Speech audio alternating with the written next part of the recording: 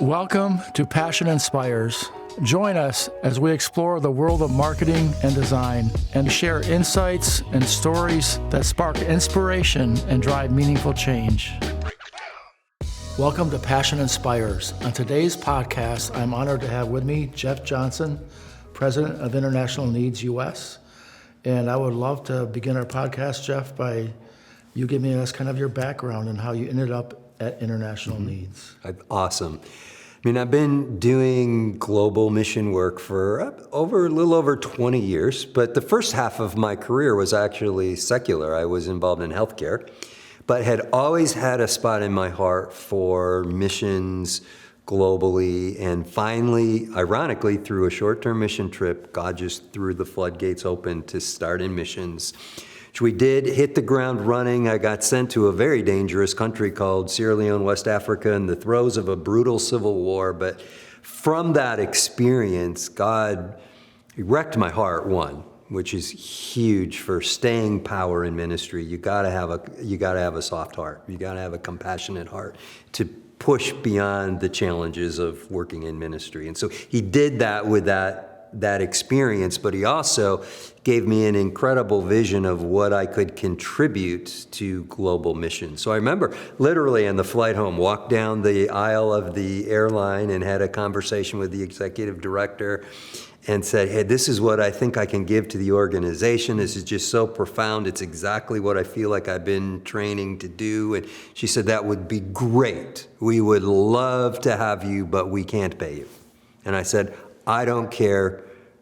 We'll raise our own support. So we sold our house, did a number of things. God threw the floodgates open to start in missions. And so did that for a number of years, got sent to the country of Zambia, Africa, in the heat of the global AIDS crisis. That was revolutionary, the 7-8 years we spent in Zambia. And then as we came home, it was a bit of a lull. I was teaching school. My wife was still doing some ministry around grief and orphan children related to Africa. But I thought I was going to end my career supporting her in that African ministry and then teaching school to pay the bills. And then out of the blue came this opportunity with an organization right here in West Michigan called International Needs. They were looking for a new executive director / president, and I sort of half-heartedly threw my hat in the ring. But the more I got to learn about them, the more excited I got because it just aligned with everything what I believed in terms of ministry. And obviously they must have gotten excited about me because 6 years ago, the opportunity came to come on staff here with International Needs, and haven't looked back since. I've enjoyed every single moment of my time with IN. So when you first heard about International Needs and as you got to know more about them, what were you attracted to with International Needs? Step one, it was obviously global. It wasn't one country-based ministry. It was a globally based ministry. International Needs works in 32 countries around the world. So that was intriguing, but it was very holistic in terms of its gospel presence. Faith and gospel sharing is at the core, but as our founder would often say, you can't shout the gospel at someone that's hungry or sick. So there has to be compassion work connected to the gospel. So, and International Needs did that. Everything we do shares the gospel, but it could be direct proclamation. It could be through education. It could be through economic and skills training. It could be through medical, water, sanitation. So I loved the holistic side of it. And then the third piece of the trifecta, if you will, that just really galvanized it for me, which was connected to my time in Africa, is the ethos or the core value of International Needs is Indigenous-led ministries. We do not send missionaries around the world, and I'm not saying that's bad, that's good, and that's very appropriate. But what I loved about International Needs, because I saw the incredible value of indigenously, locally led partners. They can get to places missionaries can't get to. They can connect and cross cultural barriers the way missionaries sometimes have a struggle doing that. So they can be incredibly both effective but also efficient in the work that they were doing. And that we saw that living in Africa. So that being the international needs model galvanized me and really said, yeah, it's a perfect fit for me really to cap off, my career in missions. To me, that is so beautiful when you have someone that knows the language, they know the culture, they know how to reach their own people in ways that might take me decades, and maybe I will probably Correct. never even come to that same level of understanding that they have reaching out to their own people. Correct. And it's very interesting, the history of international needs. When that model originated back in 1974, there was a global mission conference. All the mission leaders from around the world came. It was called Lausanne. And the goal out of that mission conference was to get the whole gospel to the whole world. Well, there was a New Zealander by the name of Ray Harrison. He served with Youth for Christ, and God spoke to him and said, here's a new model of missions for you. I want you to go into countries. I want you to find the people that I, God, have identified to carry a mission and a vision for their own people. And I want you to come around them and help them do that bigger and better. And so, as I said, that is the impetus of IN, and we have never deviated from that mission model. And it's just been incredible. I know it's a little bit of a sidetrack, but I was always so intrigued with that story, the very first story, when Ray gave that very first gift. Can you just tell that briefly? That was awesome. So he goes back to New Zealand, and this model is revolutionary. Today, indigenously-led empowered ministries is the norm. In 1974, that did not exist. You sent missionaries.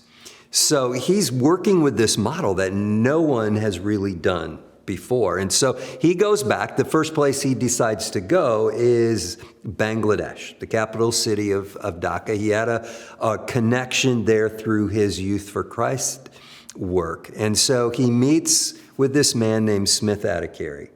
And he was at a conference with Smith, and it happened to be a time when there was a massive typhoon and flooding and everything that hit Dhaka. And so Ray says to Smith, I can't be in a conference when I know people are dying and suffering around the city. I need to see it. So I love the visual of this. So Smith Adhikari from Bangladesh rents a 50cc motorcycle, and he picks up Ray Harrison, who is a rugby playing Kiwi. So Ray's a big man. So Ray's sitting on the back of this 50cc motorbike with this small little Bangladeshi Smith Adhikari, and they're tooling around Dhaka. And they reach this one house, and they see 6 orphan children. Their parents had been killed in the flooding, destitute in this house. He was so taken by that scene. A day later, as he went back to the airport to fly back to New Zealand, he couldn't get that scene out of his mind. So he picks up his phone. He calls Smith. He says, I want you to come down here to the airport before I leave. So Smith comes back down, reaches in his pocket, Ray does, and he pulls out $5. And he says to Smith, this is all I have at the moment. Here, take it, do what you can with it. I'm going to go back to New Zealand and see what I can do. That was the impetus of International Needs, $5. And so Smith took that $5. He went back to that home. He put a down payment on that home to support these kids. And now there's this thriving ministry in Bangladesh that rescues kids out of bonded labor, that's educating children all across the country. It's just a phenomenal ministry. But IN is now in 32 countries doing incredible work. Millions are being impacted. And it started with a $5 gift, which is a great lesson for all of us that feel like we have nothing to give. It's like, which is why I love the story in Scripture of the little boy with the loaves and fishes. I talk about it all the time because he had no answer to the need in front of him. All these people were hungry. All he had was his little lunch. And in fact, offering that probably in his mind would have got him ridiculed. But he's like, you know what? There's a need. I'm just going to give what I have. And then, of course, we all know the story. I mean, God multiplies it, and it's incredible. And I think that's the story of missions, is God just asks us to give what we have. You know, he doesn't say meet the whole need, because we can quickly get overwhelmed. Yeah. But if we all just give what we have, God does incredible work. And that's the impetus in the story of IN, which I just love so very much. That's beautiful. When you look at even these large nonprofits in the United States, International Needs, but so many others, all began with one person. Correct. With a passion. Yeah. And maybe $240 or $5 or whatever the small amount was, but the passion that was in their heart was a passion that was contagious and spread to other people. Right. And what I love about International Needs now is that it's generational, isn't it? Mm-hmm. We see generations after that first generation in 1974 Exactly. are continuing to work on in such beautiful ways. Right. It just builds, it builds, it builds. I mean, in response to a couple things you said as well, I believe one of the most difficult things for us is to learn how to start. I mean, you've probably seen that in your own business. You have a passion, you have a heart, you have a vision, but starting can be so challenging. Yeah, it is. It can You be, know? yes. And it takes courage to just step out and going, I'm going to, as they say in the UK, I'm going to give it a go. And see once what happens. But if we learn to do that in our walk, God blesses it. Mm-hmm. And incredible things come out of it. I see it every day through International Needs and our partners and everything that we're doing. Well, I love that you brought that up, Jeff, because we don't know who's listening to this who may have something stirring in their heart. Sure. And it seems maybe so small, and like you said, it could be daunting. Yeah. On where could it go? Do I have the finances to get this thing moving? This passion that I have. But I think that God can use your words of encouragement today. Yeah. I have actually a very simple formula. I love this, but I'm convinced it works. Okay. It's called this, and the order is important. When you have something in your heart, it's called pray it. You got to start with prayer, and then weigh it. You got to count the cost, and then begin to say it. Go public with what's in your heart, and then pay it. You have to begin to execute. But what I've seen is so many people, they get excited and they start talking first before they've really taken it to God. And then one of two things happens. Either if it's not really of the Lord and it's not what he's asking you to do, other people will get excited and now you've gone public with it, and the pressure of public opinion propels you into something maybe you shouldn't do. Or the reverse is also true. If it is something you're supposed to do, all the naysayers will also come out and say, yeah, but what if this, and what if that, and what if this? And before long, they can steal your vision. But if you kind of hold it, even like in the New Testament scripture, you know, Mary, when she's told she's going to carry the birth of the Savior, says she treasured it in her heart at first before it became public. That little formula, pray it, weigh it, say it, pay it, has really helped me. Big events in my life, little events in my life. I had never heard that before all my life. I love that. Yeah. All right, so let's move. I think it was it 3.5 or 4.5 years ago that we first met? I think it's 3.5. 3.5 years ago. So 3.5 years ago, we met in a coffee shop. Mm-hmm. Mike Carroll, I believe, introduced us. He did. And let's go back. Why did we meet in that coffee shop, Jeff? What kind of things were happening in the International Needs donor relationship marketing world that you felt like you wanted someone to come alongside of you? Kind of what were some of your felt needs at that time that was stirring in your heart?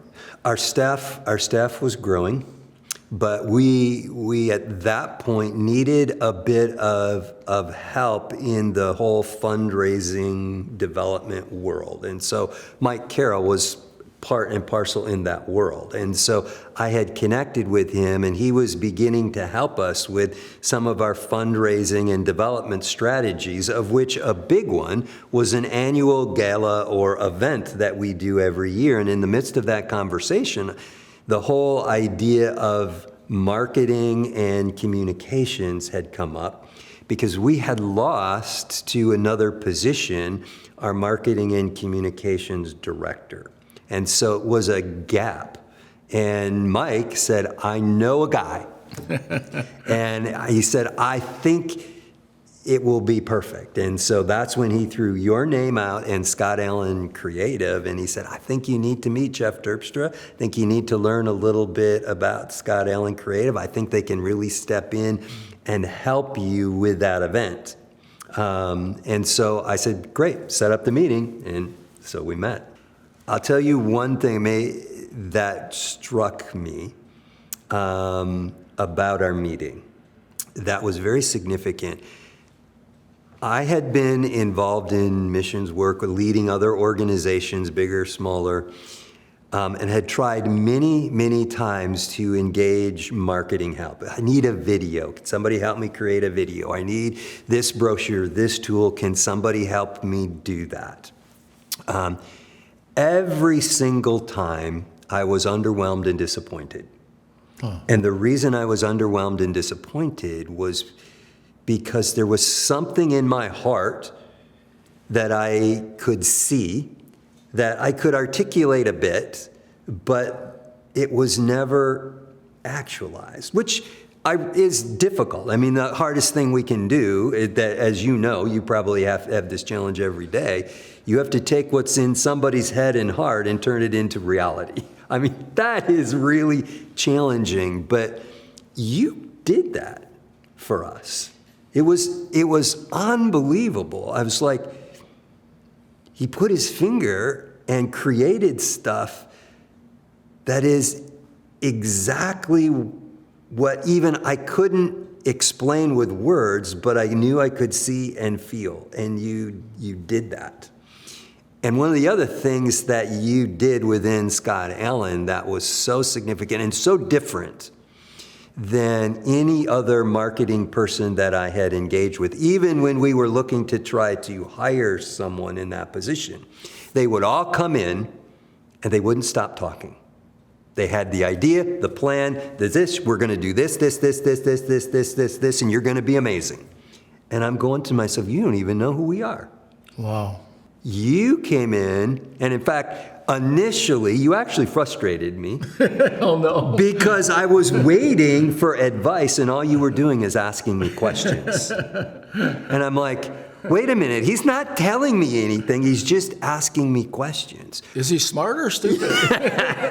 But here's what I realized that I know you knew you were doing, because you've told this to me many times. You're like, unless you really know who we are, you can't capture who we are, And so you knew it was incredibly important to know us, to know me, to know what was in the heart of international needs, so you could represent international needs. And that first event, which was phenomenal, and it was kind of your calling card, if you will, and your resume to us, in terms of the videos you created, the guidance on the event, the displays that we had, the overall visual experience that was created, was you captured IN.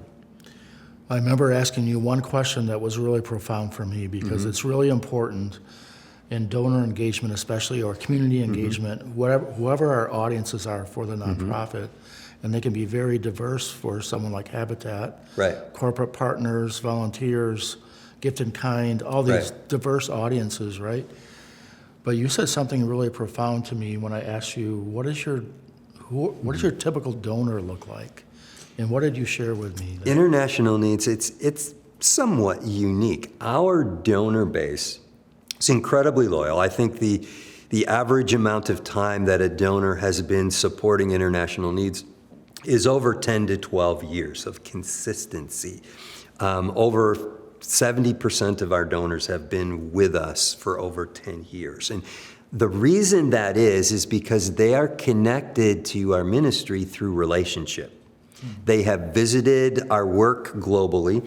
They have met our partners globally. When we've brought our partners here to the U.S., they have stayed in their homes and they have fellowshipped. So there is a natural relational affinity. And usually nonprofits usually fall in one of two categories. People will support a nonprofit either because they believe in the people or they believe in the cause. You know, like, for instance, Food for the Hungry. I'm sure there's relational connection there as well, but, people go, yeah, no one should go hungry. I need to support Food for the Hungry because I don't want anyone to go hungry. I mean, that cause of let's get rid of hunger or let's make sure everyone has clean water binds donors to a community. For us, the cause is the gospel proclamation, but what really binds our people is the relational connection. It's personal to them. They don't give to international needs per se. They give to the person in Bangladesh, or they give to the person in Ghana, the person in Kenya, or wherever it might be that they know, they experience, they have a personal connection with, which is why the work you do with us is so crucial, because we need to steward that connection. I remember when I was being interviewed, the first question I asked the board member that was interviewing me, I said, okay, when I lead this organization, do you need me to raise $2 million a year from money that you don't know where it's coming from, I don't know where it's coming from, we just need to go find money to support the nonprofit? I said, because if that's the job, what I can tell you is I will fail you and you will get frustrated with me and I'll get frustrated with you, because that was not my skill set. But I remember what he said. He said, no, we don't need you to do that. We have loyal donors that are intensely, personally, relationally connected to our partners and to our ministry. We need you to steward that. Yes, you need to find new money, but the bottom line, we need you to steward those heart connections, which is why our work with you is crucial, because that is an incredible strategy to steward those heart connections. And we were just at that time, 3.5 years ago, coming out of COVID. Correct. So that fall event was I believe, your first in-person fundraising event. Correct. And Jeff, you had done a lot of work behind the scenes even before that July meeting and conversations with your partners all over the world. And, this insight about those relationships really helped guide us as an agency to realize that more importantly than ever, we need to bring the partners to that audience. Correct. At that event. Correct. Can you kind of give me some background on some of the fertilization and planting that you had done several months even before that July conversation in those partner relationships, and what did you learn from them of what they were needing? It was very interesting. I mean, in working with all of our partners, they had incredible capacity to do more. They were limited almost solely by resource. And that's our job at International Needs here in the U.S., is to help mobilize resource. And so I was carrying that in my heart, as well as this desire of across the world to proclaim the good news of the gospel of Jesus Christ. I remember one Friday, I was cleaning up my emails. It was late in the day, and I had received an email from a partner in one of our countries that we support that was in you could call it a closed country. And he laid out an incredible proposal for not only ministry to children and poor people, but also outreach evangelistic ministry. It was incredibly well thought out proposal, well documented proposal. I looked at it and I'm like, he can do this. But I didn't have the money to give him and the resource to give him to do it. And that really bothered me. So I took it home, prayed about it for a while. I couldn't let it go. And so I'm like, we're going to do something about this. So I really feel the Lord was in it. It's kind of the pray it, weigh it, say it, pay it thing. I decided I'm going to reach out to all of our partners. I'm going to ask them 2 questions. The first question is, what do you need to maximize your reach across the world? In manpower, resource, motorcycles, gasoline, literature, what do you need? And put a price tag on it. And then if you had it, how many people could you reach? And it took about 4 months, but their responses came back in, and I tallied it up, and it was a little over $1 million to reach 1 million people. It's amazing that number aligned. It was incredible. Yeah. And it was interesting because my wife and I had gotten really what we considered a very significant word of the Lord around reaching 1 million people that we had been carrying for many years. And so out of that came this idea of 1 million to reach 1 million. It was a great vision. I shared it with my board. They thought I was nuts because our visions were always very small. They weren't large like that. So they're like, what? This is an uncharted territory. But I really felt like God was in it. And so we began to do some work. And that first event that united us was really to do the say it portion of that vision and to bring it forth and invite people into this whole idea of $1 million to reach 1 million people. And so that is the on-ramp, if you will, to our meeting and Scott Allen Creative. That was your first role, is to help us put that event together, but to connect all of those partners with all of our donors. And as you remember, you did an incredible video that we use today that is just so powerful. I mean, you basically took vision from all of our partners and you weaved it all together in their story with our story, with the gospel story. And it was so powerful. I remember the event, we played the video. I mean, I don't even know if you realize this, but we had a small worship band to help us with some singing. And they were to come up right after the video to do a song.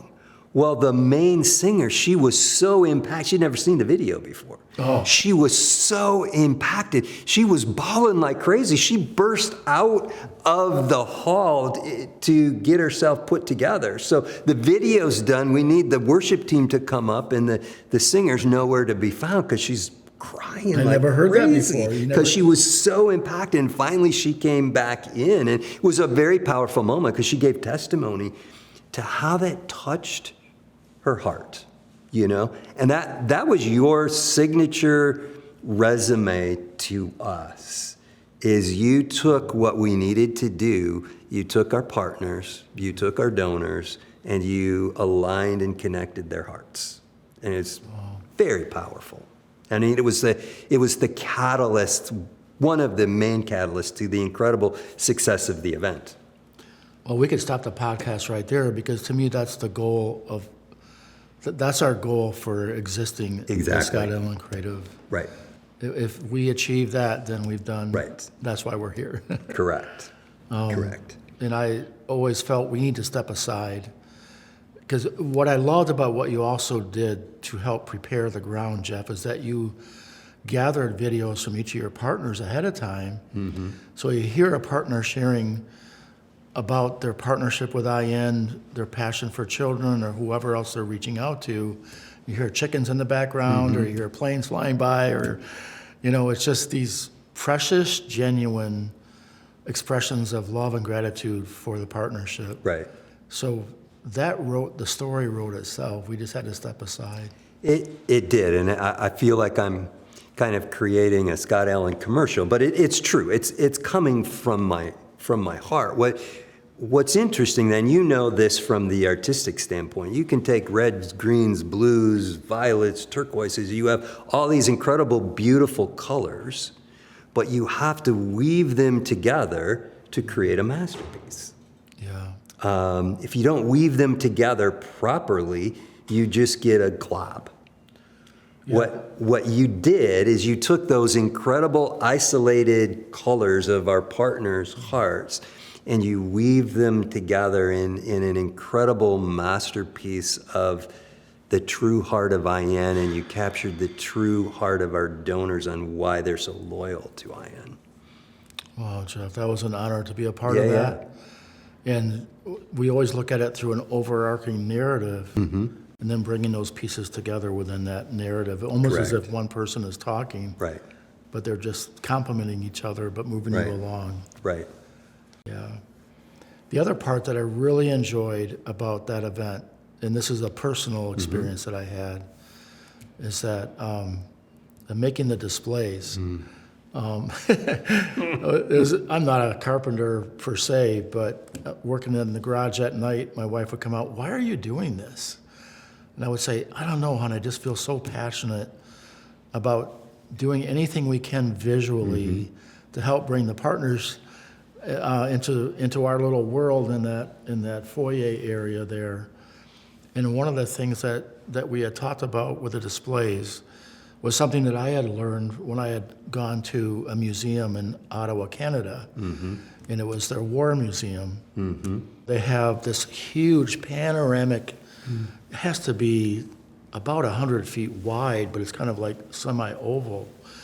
And it is really a panoramic view of what a desolate, war-torn, bombed-out area looked like during World War I. And then they had these small little stories of these small little displays that were literally not much larger than that. In one of the displays, it had a doll that looked like handmade little doll, and it had some blood stain on it. And it had the story of the daughter sending that doll to her daddy, who never came back, and that blood stain was his blood. Yeah. And that, I mean, you had the panoramic, but that gripped my heart. Sure. Just those 4 or 5 sentences. And I thought, can we just kind of have a little bit of a touch of that in your displays for this event, of just these little vignettes of your partners and some of their, like the sandal representing how far they walk to reach out to people, those kinds of things.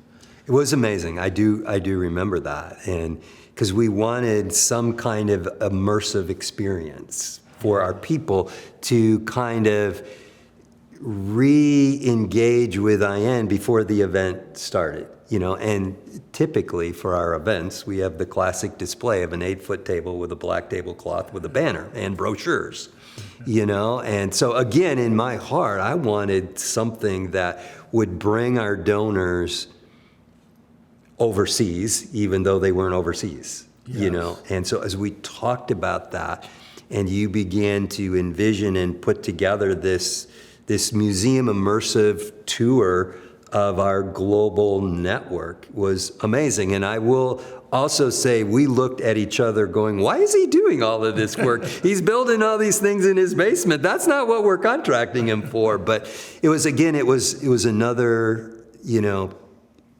identification to me of your commitment to capture our heart, not just to do a job. We feel with you that this is a relationship as well. I mean, we're built on relationship. You are not a vendor that we're contracting with. You are part of our family. You are part of our ministry. So that really, I think that whole experience cemented that between Scott Allen Creative and International Needs. Last summer, I don't know why, but you asked me to go to Kenya. And you want to tell me a little bit why you felt that I had to go? I mean, obviously, we had a marketing and communications need. So there was a very practical reason for you to go.